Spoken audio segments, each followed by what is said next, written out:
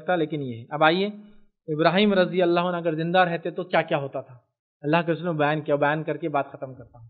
نبی اکرم صلی اللہ علیہ وسلم فرماتے ہیں ابراہیم اگر زندہ ہوتا تو میں کیا کرتا، سنیے۔ پہلا آپ نے فرمایا کہ روایت کے اندر الفاظ یہ ہیں، جب تم مصر میں داخل ہو تو قبطی خاندان کے ساتھ حسن سلوک کرو اور خیر خواہی سے پیش آنا، کیونکہ وہ شفقت اور ہمدردی کے مستحق ہے۔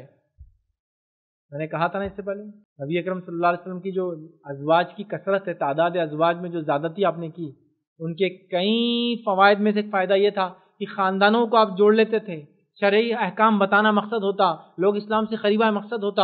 اللہ کے رسول نے یہ کہہ دیا کہ چونکہ ماریا قبطیہ ہے، قبطیہ سمجھتے ہیں آپ؟ قبطیہ کاپٹک، مصری جو لوگ ہوتے تھے ان کو قبطی بولتے تھے، کاپٹک بولتے ہیں انگلش، قبطیہ ہے، لہذا جب تم مصر میں داخل ہونا، پیشن گوئی کی جا رہی کہ مسلمان مصر میں جائیں گے، حکومت ہوں گی ان کی، جب تم مصر میں داخل ہونا تو قبطی خاندان میں حسن سلوک کرنا۔ عمرو بن عاص رضی اللہ عنہ کے زمانے میں مصر فتح ہوا اور انہوں نے قبطی لوگوں کے ساتھ بڑا اچھا سلوک کیا، کیوں؟ تو رسول اللہ صلی اللہ علیہ وسلم کے کنیز کے خاندان والے ہیں، پوری نسل اور پوری جنریشن کو ریسپیکٹفلی دیکھا، اور اللہ کے رسول کے بیٹے ابراہیم کے رشتہ دار ہیں۔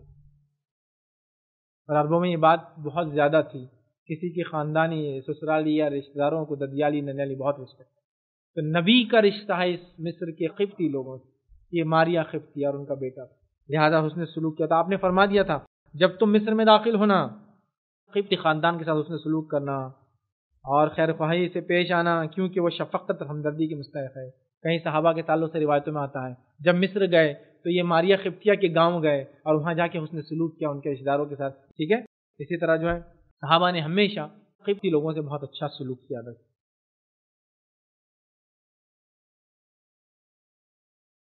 السلام علیکم، آپ بھی ہمارے اس کام میں تعاون کریں اپنی زکات و صدقات کے ذریعے۔ ڈونیشن ڈیٹیلز کے لیے ڈونیٹ اس پر کلک کریں۔ اگر آپ کو ہمارے ویڈیوز پسند آئے ہیں تو اسے شیئر کریں اور ثواب کے حقدار بنیں۔ روزانہ ہمارے ویڈیوز کو پانے کے لیے ہمارے یوٹیوب چینل کو سبسکرائب کریں اور بیل آئکن دبائیں۔ ہم سے دیگر سوشل میڈیا پر جڑنے کے لیے ویڈیو میں دیے گئے آئی ڈی کو سرچ کریں۔ جزاک اللہ۔